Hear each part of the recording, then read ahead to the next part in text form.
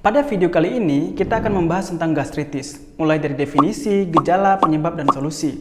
Kita mulai dari definisi terlebih dahulu. Apa itu gastritis? Kalau dari segi bahasa, gastritis itu terbagi dalam dua kata, gastrik dan itis. Gastrik artinya lambung, dan itis artinya peradangan atau inflamasi. Karena kita banyak sekali mendengar kata peradangan, maka saya rasa patut kita bahas juga apa arti peradangan. Inflamasi atau peradangan sebenarnya adalah respon perlindungan normal tubuh terhadap cedera, atau respon alami dari sistem kekebalan tubuh. Nah, jadi inflamasi itu terjadi karena adanya cedera di tubuh, baik secara fisik atau kimia. Dan kemudian tubuh merespon untuk melindungi diri dari cedera tersebut. Tentunya dalam proses perlindungan diri banyak efek kolateral ya. Contohnya misalnya suatu negara nih diserang oleh negara lain. Ketika negara tersebut melindungi diri, walaupun berhasil, tentu akan terjadi kerusakan tambahan yang merugikan negara tersebut. Sama halnya dengan gastritis, peradangan pada lambung ini juga disebabkan oleh cedera yang terjadi di lambung. Jadi gastritis ini adalah sebuah diagnosa umum ya, karena penyebab spesifiknya tidak terkandung dalam diagnosa gastritis.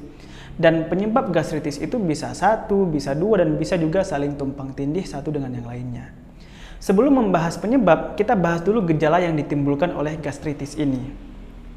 Biasanya, pasien yang menderita gastritis mengeluhkan gangguan pencernaan, muntah-muntah, kadang juga bisa muntah kuning dan muntah hijau, yang mana merupakan cairan empedu ya.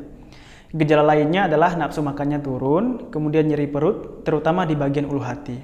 Nyeri ini muncul terutama di antara jam makan ketika perut kosong ya.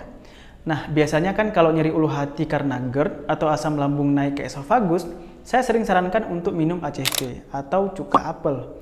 Namun pada kasus gastritis yang sudah terdiagnosa, maka beda cerita ya. Walaupun banyak dari teman-teman yang ketika bertanya di kolom komentar, "Dok, kalau gastritis boleh minum ACV nggak?" Saya sering jawab boleh.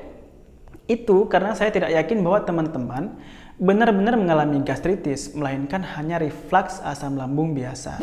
Nah, kalau ketika teman-teman minum ACV nyerinya malah bertambah, maka itu bisa disimpulkan teman-teman memang mengalami gastritis ya.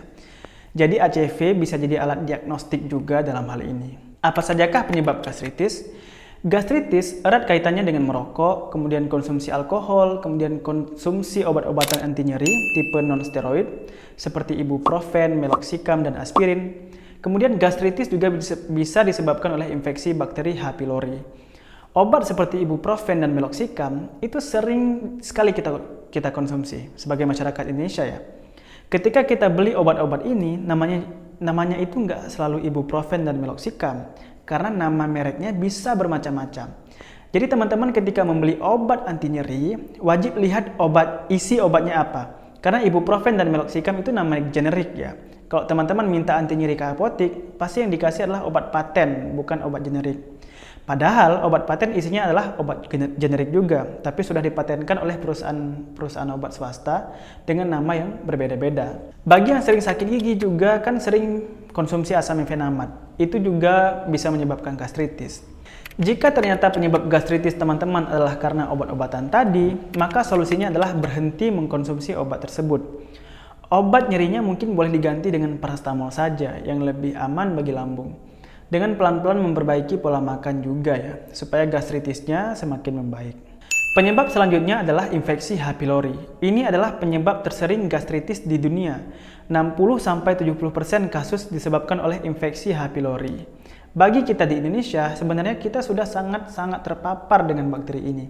Karena tingkat hygiene kita yang rendah, bakteri ini ada di mana-mana di makanan yang kita konsumsi. Untuk kasus ini agak sedikit unik tapi ya, karena begini ceritanya. Kita bisa terinfeksi oleh bakteri ini kalau asam lambung kita kurang.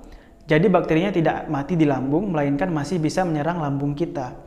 Tapi dilemanya adalah ketika sudah diinfeksi, maka lambung kita akan meradang dan asam lambung yang tadi kita butuhkan untuk membunuh bakteri ini malah menyebabkan nyeri pada perut kita. Solusinya adalah dengan meminum antibiotik. Antibiotiknya silahkan minta ke dokter teman-teman, biasanya akan diberikan clarithromycin.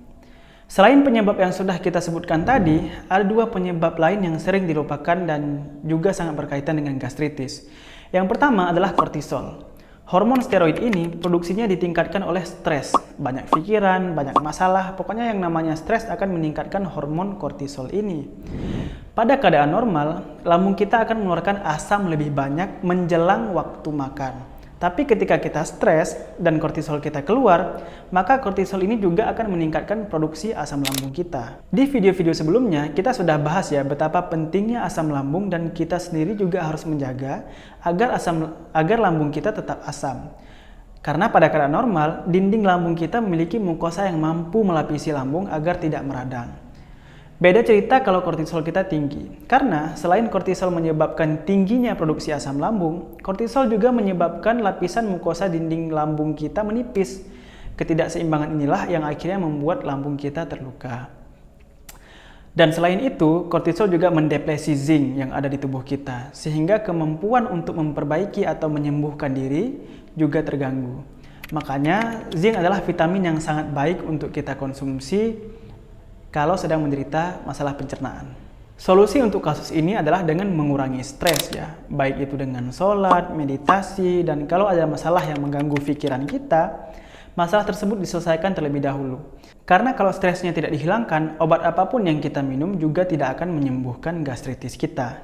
Penyebab gastritis yang terakhir adalah cairan empedu. Cairan ini fungsinya adalah untuk mencerna lemak, jadi seperti deterjen ya. Pada kondisi tertentu, cairan empedu bisa reflux ke lambung dan esofagus. Ini biasanya karena tersumbatnya saluran empedu. Solusinya adalah dengan meminum asam ursodeoksikolik namanya. Biasa disebut dengan UDCA atau metabolit dari UCA yaitu TUDCA. Bisa diminum 3 kali sehari ketika perut kosong ya. Itulah definisi, gejala, penyebab, dan solusi dari gastritis. Gastritis yang tidak diobati atau tidak diobati dengan benar akan berlanjut menjadi gastritis kronis dan bahkan pada akhirnya bisa menyebabkan jaringan lambung hiperplastik dan mengarah ke keganasan. Penyebab-penyebab yang sudah kita bahas tadi juga bisa saling tumpang tindih ya.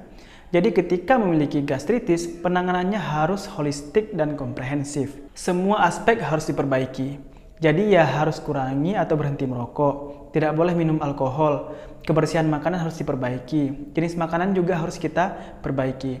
Dan kalau tegak diagnosanya karena infeksi H. pylori, maka harus minum antibiotik juga.